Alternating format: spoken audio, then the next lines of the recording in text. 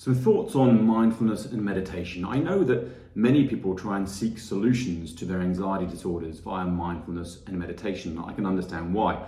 I certainly did for many years. But I found, through 20 years of clinical work and coaching work and training thousands of students, that actually mindfulness and meditation are less than useful, or rather less than successful, when resolving an anxiety disorder.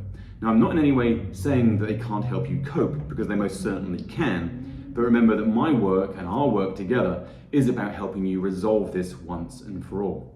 So let me explain. Meditation and mindfulness can be useful in re-regulating the nervous system. There's this word that we often hear called being triggered.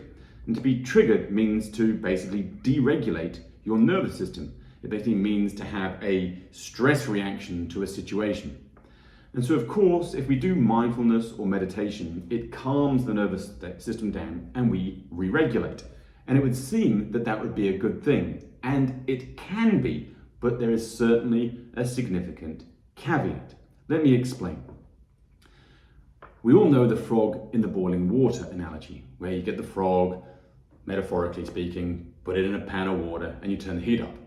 And the frog doesn't know, because the temperature is increasing just slightly, it doesn't realize it's getting hotter and hotter. But before long, of course, it gets boiled alive and it dies.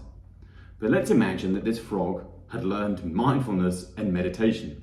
And every time it started getting a little uncomfortable with the heat, it just returned to the now with no judgment in the present moment and just allowed the heat to be there. Okay, it would keep on re-regulating and keep on re-regulating, but before long the environment would indeed kill the frog. And that's what I see an awful lot when I see people who meditate and do mindfulness, when they're trying to resolve genuine concerns.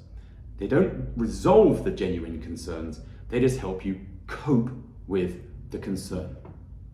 So it would be my advice that if you are someone who does mindfulness and meditation, that once you've done that, then you start implementing the mind training strategies and techniques that I have presented in this system. Because once you've re-regulated, you need to then retrain the brain and the mind to respond differently in the future. And that's really the missing piece most of the time.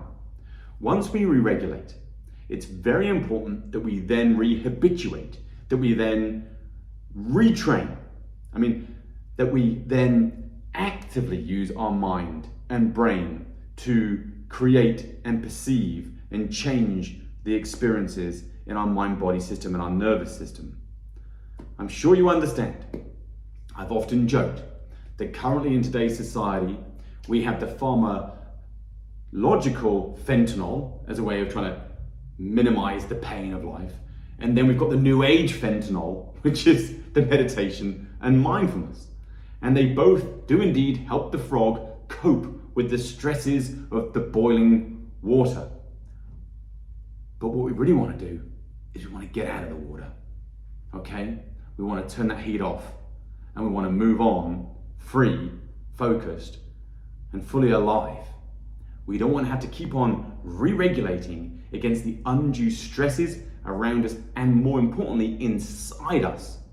Because even though I'm saying that the environment, yes, of the boiling water is an external environment, I'm also talking about the internal environment of our thoughts, feelings, and reactions. And so if we do mindfulness and meditation and we re-regulate away from these problem thoughts and feelings, feels good. But then if we go back into life and we keep on getting re-stressed, we keep on getting re-deregulated, and that loop just keeps on going, and we suffer and suffer and suffer. Remember, I don't want you to cope, and I don't want you to suffer. I want you to take the effort required to break the loop and get free and resolve.